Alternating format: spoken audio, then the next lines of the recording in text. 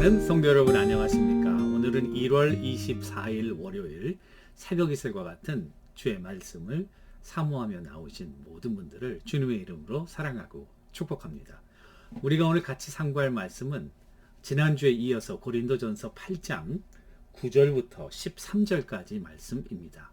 고린도전서 8장 9절부터 13절까지의 말씀, 우상 제물을 먹어도 되느냐 아니면 먹을 수 없느냐라는 그런 문제가 있었거든요. 거기에 관한 말씀이 되겠습니다. 9절 제가 받들어 읽습니다. 그런즉 너희의 자유가 믿음이 약한 자들에게 걸려 넘어지게 하는 것이 되지 않도록 조심하라. 지식 있는 내가 우상의 집에 앉아 먹는 것을 누구든지 보면 그 믿음이 약한 자들의 양심이 담력을 얻어 우상의 재물을 먹게 되지 않겠느냐. 그러면 내 지식으로 그 믿음이 약한 자가 멸망하나니 그는 그리스도께서 위하여 죽으신 형제라. 이같이 너희가 형제에게 죄를 지어 그 약한 양심을 상하게 하는 것이 곧 그리스도에게 죄를 짓는 것이니라. 그러므로 만일 음식이 내 형제를 실족하게 한다면 나는 영원히 고기를 먹지 아니하여 내 형제를 실족하지 않게 하리라. 13절 말씀 다시 한번 읽을게요. 그러므로 만일 음식이 내 형제를 실족하게 한다면 나는 영원히 고기를 먹지 아니하여 내 형제를 실족하지 않게 하리라. 아멘. 이것은 우리에게 주시는 하나님의 말씀입니다. 오늘 말씀의 제목은 사랑은 지식보다 우선한다. 사랑은 지식보다 우선한다 라는 제목으로 말씀을 드리겠습니다. 우리의 신앙생활이 기쁘고 좋을 때도 있지만 어렵고 힘들 때도 많이 있죠. 저도 믿지 않는 가정에서 자라 그리스도를 믿고 본격적으로 신앙생활을 시작하려고 할 때 여러 가지 어려운 그런 핍박들이 많이 있었는데요. 특별히 우리 가정에서는 그 제사의 문제로 제가 많은 어려움과 개인적인 그런 고충이 있었음을 여러분들에게 고백합니다.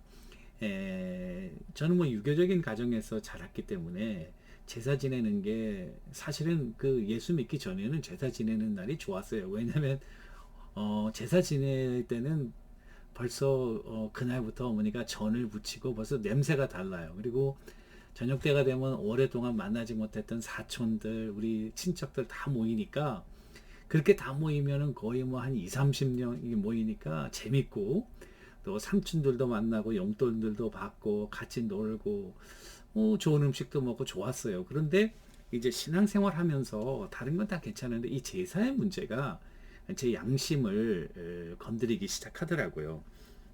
여러분 10계명 1, 2계명 보면 나 외에 다른 신을 섬기지 말고 어떤 형상도 만들지 말고 그것들에게 절하지 말며 그것들을 섬기지 말라. 근데 저는 이 제사라는 것이 이게 제사가 그냥 하나의 문화적인 행사인데 이것이 꼭 그 종교적인 그런 신앙 양심과 대치가 되느냐. 사람마다 다르겠지만 저에게는 그게 문제가 되더라고요. 그래서 이게 제가 제사를 오랫동안 지냈고 우리 가정이 지낸 거기 때문에 그 제사의 핵심을 알거든요. 조상들을 섬기고 조상들에게 이렇게 해서 그 조상들이 후손들을 보고 우리가 편안하고 잘 살고 그들에게 복을 비는 기복적인 그런 그 미신이라고요. 그렇기 때문에 저는 그거를 하지 못했고 할 수 없어서 저희 아버님과 많은 갈등이 있었고 결국 제가 이렇게 못되게 막 그런 건 아니었지만 정말 못하겠는 거 있죠, 여러분. 양심상 정말 못하겠는 게 제가 우리 아버님을 기쁘게 해드리고 아버님에게 효자가 되고 싶은 마음이 더 굴뚝같이 많았지만 그러나 이것이 아버님을 위하는 것이 아니다. 여기서 내가 신앙을 굽히면 우리 가정은 영영 이 제사의 문제에서 자유롭지 못하다는 여러 가지 생각 끝에 제가 솔직하게 이야기를 하고 아버님 굉장히 실망하셨죠. 그리고 굉장히 많은 어려움을 저도 겪고 또 아버님도 많이 괴로우셨겠죠. 그리고 나 다음에는 이제 시간이 지나면서 아버님께서는 그러시더라고요. 내가 어떡하겠냐 이제 음, 내가 살아있을 때는 나는 제사를 지내겠다 그러시더라고요. 그렇지만 내가 죽고 나면 이제 네가 알아서 해라. 그러면서 그 제사의 문제를 기독교식으로 바꿔도 좋다는 허락을 받게 되었고, 그 뒤 우리 아버님은 이제 대장암이 이렇게 발견되셔서 마지막 순간에 그리스도를 영접하고 편안하게 가셨고요. 저희 어머님은 이제 교회 권사님으로 오랫동안 섬기다가 이렇게 부르심을 받게 되었습니다. 우리 기독교가 한 세속 문화에 들어가게 되면 두 가지 현상이 일어납니다. 예를 들면 이제 우리가 선교를 해서 다른 나라에 가서 복음을 전하기 시작하면 두 가지 현상이 일어나는데요. 첫 번째는 세속적인 문화가 복음을 압도하는 거예요. 그래서 저희가 니카라구아 선교 오래 하지 않았습니까? 그 니카라구아는 대부분 자기들이 다 그냥 기독교라고 이렇게 주장을 하거든요. 근데 사실 기독교는 아니에요. 왜냐하면 오래전에 그 스페인으로부터 천주교를 받아들였고요. 천주교를 받아들였는데 그 천주교가 그들이 가지고 있는 토착, 그냥 우상신앙과 이렇게 융합이 되면서 굉장히 이상한 그런 미신적인 종교로 한 300여 년을 지나는 동안 변질되었어요. 그러니까 세속 문화가 기독교를 이렇게 테이크 오버 하면서 아주 이상한 형태의 미신으로 변질되어 있는 그런 것이 첫 번째이고요. 두 번째는 초대교회 기독교 역사처럼 유대교에서 태어난 기독교가 유대교의 핍박과 다른 이방의 문화 속에서 그 문화들을 흡수하면서 그 나름대로의 독특한 그런 기독교의 모습을 형성해 나간다는 사실입니다. 이 두 가지예요. 그래서 하나는 복음이 세속의 역사를 포용하고 그리고 그 안에서 새로운 독특한 나름대로의 기독교를 창출하는 긍정적인 영향이 있는가 하면 반대는 세속 문화가 기독교를 테이크오버하면서 기독교가 변질되는 그런 모습도 있다는 거죠. 자, 그러면 이 고린도 교의 문제는 뭐냐? 우상에게 드렸던 제물을 먹어도 되느냐 아니면 안 되느냐, 바로 이 문제였습니다.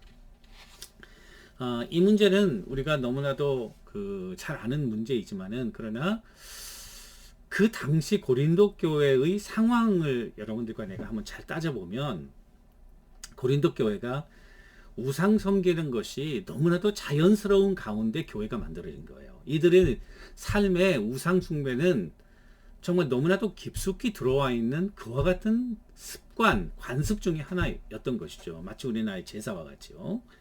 그들은 그 직장에 자기들이 일하는 길드에서도 신을 섬기고 또 시장에서도 신을 섬기고 또 그 나라에서도 신을 섬기고 축제를 벌이고 그때그때마다 우상에 드렸던 제물들이 이제 시장에 고기로 나오는 거죠. 근데 그 고기는 굉장히 싼 가격에 나오게 되는 것입니다. 그렇다 보니까 지금도 고기값이 비싸지만 여러분 1세기 그레코로마 워드의 평범한 사람들이 고기를 먹는다는 게 쉽지 않았거든요. 그러니까 이 우상의 제물에 드렸던 고기가 시장에 싼 값으로 나올 때에 사람들이 이제 고기를 먹기 시작하는 거예요. 그러니까 이 평소에 고기를 못 먹던 사람도 고기를 먹을 좋은 기회가 된 거죠.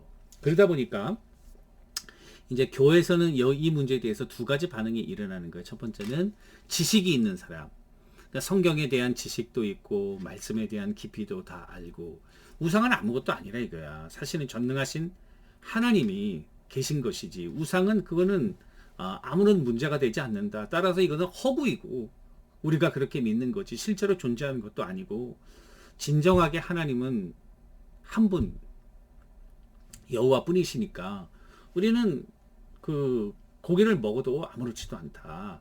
이렇게 이제 생각한 부류가 하나가 있고요. 둘째는 어떤 거냐면은 지식이 없는 믿음이 연약한 자들은 그와 같은 지식이 없기 때문에 그렇게 그 교회의 성도들이 우상의 제물에 드렸던 고기의 그런 장소에 앉아서 먹는 것을 보면서 그 믿음이 연약해지는 거죠. 그래서 사도 바울은 여기에 대해서 어떤 원리를 하냐면은 여러분 1절에 보니까 굉장히 중요한 말씀을 하는데요. 우상의 제물에 대하여는 우리가 다 지식이 있는 줄 아나 지식은 교만하게 하며 사랑은 덕을 세운다. 교만하게 한다는 말, knowledge puffs off. puffs off라는 것은 부풀리다. 바람을 불어 넣다. 그래서 과장하다, 거만하다. 그러니까 지식이 그 사람 속에 들어가 마음과 생각을 부풀려서 실제로 자신보다 과장되게 만드는 거. 그러니까 knowledge pops off라는 거예요. 그 대신 여기 보면 사랑은 덕을 세운다. 덕을 세운다는 것은 build up, 커뮤니티를 세운다. 그러니까 지식은 자기중심적인, 자기를 더 과장돼 보이게 한다면 사랑은 상대방을 배려해서 상대방을 배려함으로 이 공동체를 세우는 역할을 한다. 그 말을 이렇게 하고 있습니다. 그래서 사도 바울은 진정한 사랑이 결여된 지식은 공동체를 자기를 부풀릴 뿐이지 공동체를 세우는 일은 하지 못한다. 이렇게 이야기를 하고 공동체의 원리에 있어서는 사랑이 지식을 우선한다는 사실을 알려요. 내가 분명히 다 알고 이거 다 맞는 말이지만 그러나 모든 것이 가나 모든 것이 유익한 것은 아니라는 말씀처럼 이 사랑이야말로 지식에 앞서 공동체를 세우는 역할을 한다는 거예요. 그래서 13절에 사도 바울은 뭐라고 그러냐면 그러므로 만일 음식이 내 형제를 실족하게 한다면 나는 영원히 고기를 먹지 아니하며 내 형제를 실족하지 않게 하리라. 고기를 먹는 게 얼마나 중요한 그리고 또 좋은 기회였겠습니까? 그런데 그것으로 말미암아 우리 형제 자매들이 마음의 상처를 받게 된다면 나는 그와 같은 특권을 내가 포기할 수밖에 없다. 포기하겠다. 포기할 용의가 있다. 이렇게 이야기하는 거죠. 그래서 저는 진정한 자유라고 하는 것은 내가 하고 싶은 것을 다 하는 것이 진정한 자유가 아니라 상대방을 배려하면서 내가 할 수 있지만 그러나 할 수 있는 권리도 있고 특권도 있지만 그것을 스스로 포기하는 자유, 포기하는 선택 그것이야말로 진정한 자유다. 이렇게 말씀드리고 싶습니다. 그래서 이 사랑의 몇 가지 이 행동 지침이 되는 그런 사랑의 원리의 행동 지침이 되는 것 중에 첫 번째는 걸림돌이 되지 않게 하라. 9절 보니까 그런즉 너희의 자유가 믿음이 약한 자들에게 걸려 넘어지게 하는 것이 되지 않도록 조심하라. 그러니까 내가 지식이 있다고 마음대로 내 지식대로 하는 것이 아니라 혹시 내가 이와 같은 행동이 믿음이 연약한 자들에게 상처가 된다면 이것을 조심 걸림돌이 되지 않게 하라. 우리는 걸림돌이 되어서는 안 되고 디딤돌이 되어야겠죠. 그분에게 디딤돌이 돼서 한 단계 올라갈수록. 두 번째는 성령과 양심의 소리에 귀를 기울여라. 성령께서는 우리 영혼에 내주하시면서 우리가 하지 말아야 될 걸 양심으로 말씀하신다고요. 우리가 깨어서 겸손한 마음으로 정말 그 백지와 같은 순전한 마음으로 주님을 사랑한다면 그 양심이 우리에게 큰 소리로 외치는 것을 우리가 들을 수 있다고 생각합니다. 그 양심의 목소리에 드리고 세 번째는 말씀을 읽으면서 성령의 인도하심을 받는 것. 그래서 하나님의 말씀은 우리 길에 등불이고 또 내 길의 빛이라고 하는 그런 말씀입니다. 우리는 세상을 살아가는 여러 가지 원리가 있겠지만 그러나 한 공동체 안에서 서로를 배려하는 이 사랑의 원리야말로 지식과 그 어떤 것보다 우선한 그와 같은 원리임을 깨닫고 우리의 진정한 자유, 올바른 선택을 통해서 많은 사람들이 위로를 받고 많은 사람들이 걸림돌이 되지 않고 디딤돌이 되어지고 그들도 하나님과 더 가까워지고 믿음의 굳건히 설 수 있는 그와 같은 일들을 생각하고 계획하고 말하고 행동하는 여러분들과 제가 되기를 주님의 이름으로 간절히 축원합니다. 기도하겠습니다. 하나님 아버지, 사랑은 지식보다 우선하는 것을 깨닫게 하시고 삶의 모든 원리에 있어서 사랑으로 남을 배려하는 이와 같은 일들을 함으로 하나님의 공동체를 세우고 주님 앞에 큰 영광이 되는 우리의 계획과 말과 행동이 되게 하옵소서. 예수님의 이름으로 기도합니다. 아멘. 오늘도 주님과 동행하시는 여러분들과 제가 되기를 주님의 이름으로 축원합니다. 감사합니다.